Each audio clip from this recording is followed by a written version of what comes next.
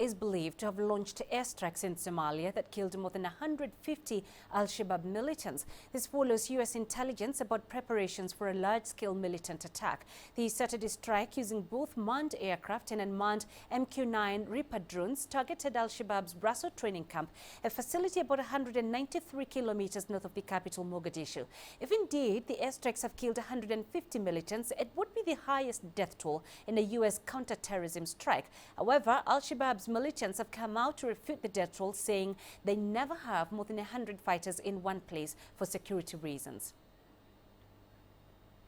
Well, let's get more now from Daniel Branches, who's live for us in Washington. So, Daniel, what do we know about this strike by the Pentagon on Somali militants? Well, there were apparently aerial surveillance on the site for some time, and during a period where there was some kind of military parade, the US decided to take action because of the fact that they assessed there were about 200 fighters at the site training. Some of those fighters had begun to leave when the attack was launched. So they're assessing casualty numbers around 150 plus.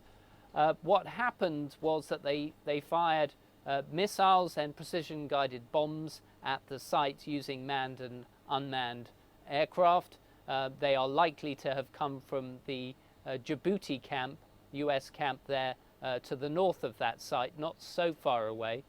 And as I say, they assess around about 150 casualties, and the US Air Force has described this as being in defensive nature. Well, Al-Shabaab has already dismissed that death toll of 150, but do we have more details on what the US says was a planned large-scale attack on AU forces in Somalia?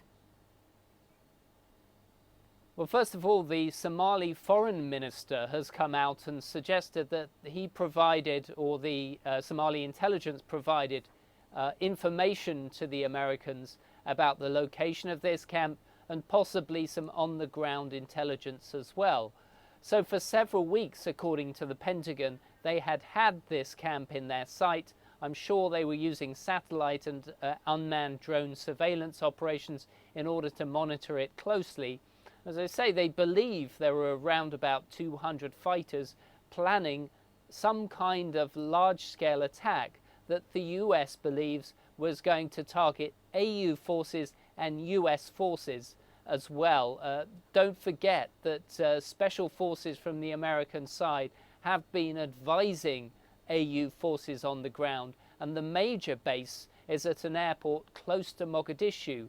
The US hasn't given any more details about what they believe the attack was going to be, but if you were to make a bet, I think you'd speculate that possibly that was going to be the target, given the fact that the US believed there was an imminent threat and that this camp, Raso camp, was fairly close to that airport, close to Mogadishu.